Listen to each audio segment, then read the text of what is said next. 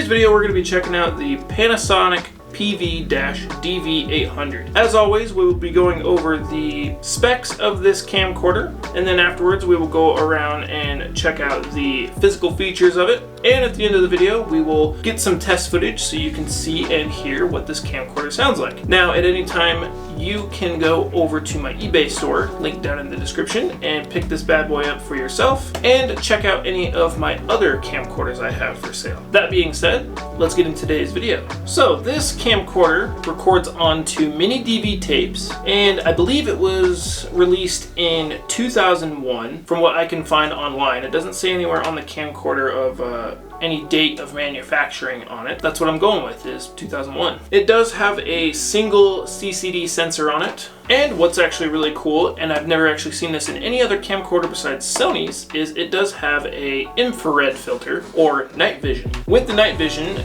you can go all the way down to 5 lux on that.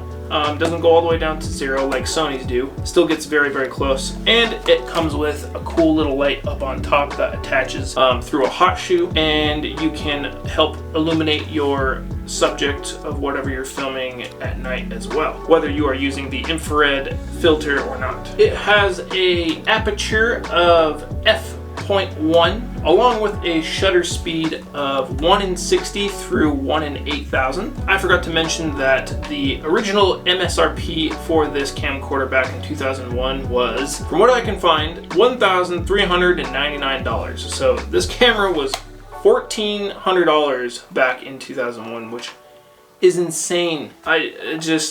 That just blows my mind on how expensive this thing was for what you get out of it. It doesn't even have like a 3 CCD sensor on it or anything like that. So very, very overpriced back in the day for what it was. And you can definitely pick these up for a lot cheaper nowadays.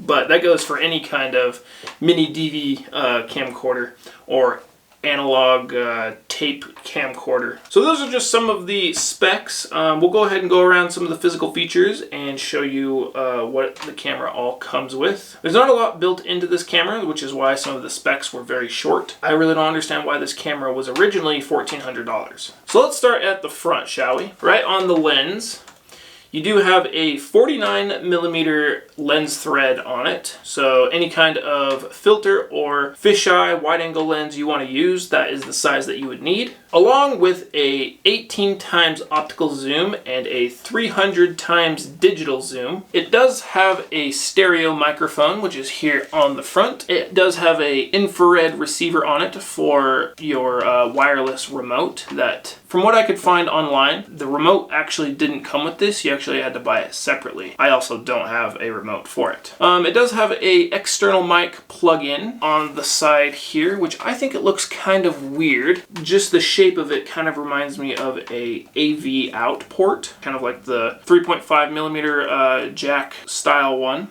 So it does look a little bit weird. Another thing that's really weird about this camera is the manual focus ring. Generally, they will be on the bottom left up here, but instead they decided to put it on the bottom right, which is really confusing because when you have your hand in there, you kind of got to reach all the way around over to here and play with the manual zoom or manual focus on it. So I kind of think that's a stupid spot where they put it. I don't know why they would do that. It's not like you can, I guess you could kind of reach your pinky out and get it and then slide your hand back in, but it would have been a lot easier just to put it on the left side so you could use it with your left hand instead of your right hand or trying to reach all the way around. Dumb. You have your infrared filter. It's just a switch that goes on and off. Just like the Sony camcorders that are out there, you can switch it on and it automatically turns on, or you switch it off and it switches off. It's super simple like that, just like a Sony. It does have electronic image stabilization on it, and that is actually one thing that is really good about this camera is the stabilization. It works differently with the amount of digital zoom that you use. So next to it, you do have your digital zoom button there. So the way that works is you can push it 3 times. It'll display it on the screen. It'll say digital zoom 1 and digital zoom 2, and then a 3rd time you can turn it off. So when you turn it to digital zoom 2, you don't have to be all the way zoomed in to notice that the image stabilization is a lot more amplified. I was playing with it, and you turn the digital zoom 2 on, and you can really like move the camera like that much and look at the image, and it's barely even moving. So I was like really blown away on how good the stabilization is on this camcorder. Probably the best feature of it, in my opinion. Along with that, you do have your backlight button, amplifies kind of the background of your subject. And then you have your fade option, which is when you start recording, it will kind of fade in and fade out in different kinds of cheesy digital effects, if you want to call it that. And then along the top of the screen, you do have all of your playback functions. On the back of the screen, a lot of camcorders have this. You do have a little button here on the back. You gotta push it in, and then you can open it. Another great thing about this camcorder, and Panasonic in general, I think, this camcorder has a 3.5-inch LCD screen on it, which I feel like that's just kind of how Panasonic is and was. I feel like a lot of their camcorders have really big screens on them, so I actually really like that. On the inside of the screen, there's no buttons in here at all, besides a little switch that pops out, and then you can put in your multimedia card, or what they call it nowadays is an SD card. You were able to put in a multimedia card in here. I think it was able to hold up to 8 gigabytes. They use that for taking pictures, and you were not able to record onto SD card or multimedia cards on these at this time. You do have your playback speaker here as well. It's a little tin can sounding, in my opinion. And you also have a 2 PC port. 2 PC. So it's a little headphone jack that you plug in, and apparently you're able to connect it to your PC from whatever that 2.5 millimeter jack is. I assume maybe it's like a LANC jack, but maybe Panasonic's version of that. Now, one of the things that actually caught my eye when I did find this camera is the viewfinder. It kind of has a professional looking viewfinder to it. It has a really nice eye cup to it that kind of suctions to your eye. It slides out, and then you're able to tip it up and tip it down. It is a colored viewfinder. Generally, a lot of times you'll get a LCD screen and then the viewfinder is black and white. So you do get a colored viewfinder with this one, which is very, very nice. Underneath, you do have your focus switch here to adjust the viewfinder to your eye. And then on the side here, you have your battery release to be able to pull out the battery. You push up on it, and then the battery slides up and out. And then you do have your menu button, this little gray one, and then there's a wheel up here on top that you can scroll up and down in it, and then it pushes in to be able to select functions in the menu, kind of like Sony camcorders are. Well, I think most camcorders do that. You also have a little power indicator on the back to let you know that it has powered on, along with your power switch and record button. You go down with it and it turns the camcorder on. If you go up with it, it turns it to VCR mode. And then there's a little switch here on the bottom, and it says tape or M card. That is how you would switch to playback to check out your pictures or your video on the tape or SD card. And then you have this little blue switch here on the side that is your tape eject, which this is a little bit of a different tape mechanism that I've ever seen. You push it and it just pops out like that. To me, what's weird about it is usually when you eject the tape, it'll pop out like that, and then it lifts up, and then the little door will pop open. But this one, you just put in and you close it, and it's ready to go. So it doesn't actually move up and down.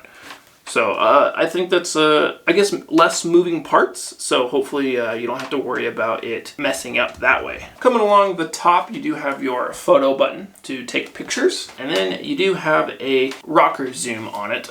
This one, a lot of them, they kind of are kind of U-shaped, and this one's kind of V-shaped. But it still works really good. It's not super touchy, but it's not unresponsive either. I forgot to add this in. I found this while filming B-roll of the camcorder. I didn't actually see this till now. It has a AV selector for in and out. So you can choose to record your footage in an output setting or an input setting. And to end it off, you do have your audio and video plugins here on the side. So you do have a headphone jack under here as well, so you can monitor your audio. And then you do have your Firewire port along with a AV port and a S-video port. And this light that is on top here, there's a little button here on the side. You push it in and you can slide it out if you don't want to run it. It's actually really lightweight. I guess you could say it's cheesy, but it just slides in and clicks in like that. And then there's a button here on the back. You have to have the camera on for it to work. But just like that, you get your little light. So you can do some night filming or be able to illuminate your subject for your infrared filter. So that does it for all the physical features of this camera. Like I said before, if you do want to pick this up for yourself or any of my other cameras I have for sale, check out my eBay store in the description. I will have listed compatible batteries, chargers, mini DV tapes, and the video converter that I use to convert all of my tape footage with in the description as well, if you want to snag any of that for your camera. And we will cut to these clips so you can see and hear what this camera can do.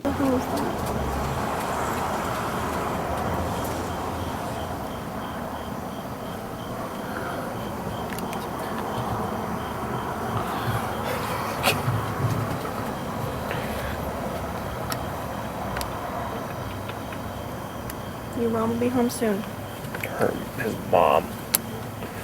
She is his mom.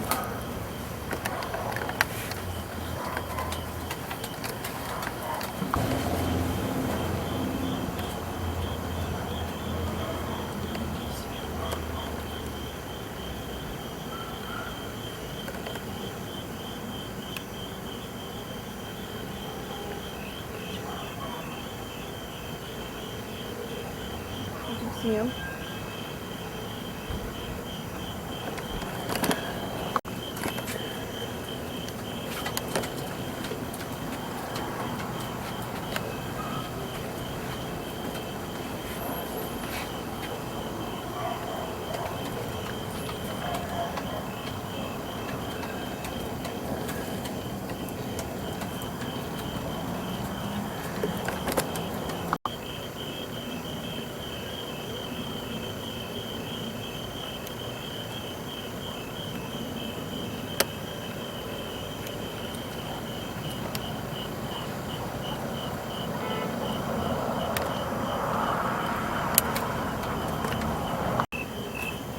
Alright, we're really testing out the low light capability of this guy. The sun has definitely gone down, so we will see if it works good or not. But I'll go ahead and show you the 18 times optical zoom on it, and then we'll show you the 300 times digital zoom.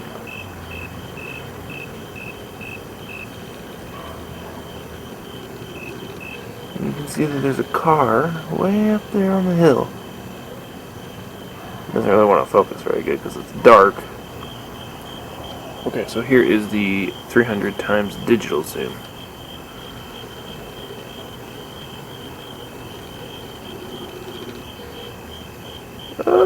It's too dark.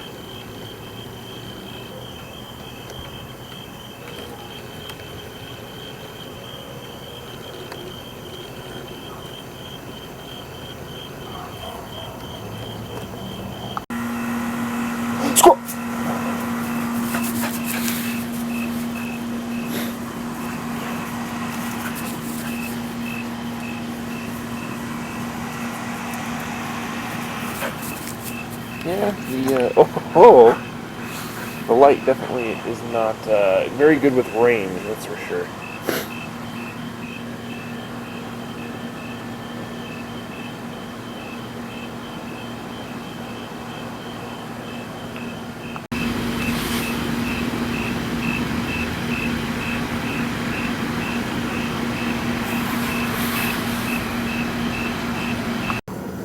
Yeah, this camera definitely doesn't do very good in low light. I actually had to turn the infrared filter on just to be able to see anything in my living room with just a lamp on. Rooftop! Rooftop! Thank you all for watching. I hope you enjoyed this video. If you did, make sure you like it, and if you like checking out old camcorders, make sure you subscribe because we talk about old camcorders on a daily basis. We will see you in the next video. Have a good one.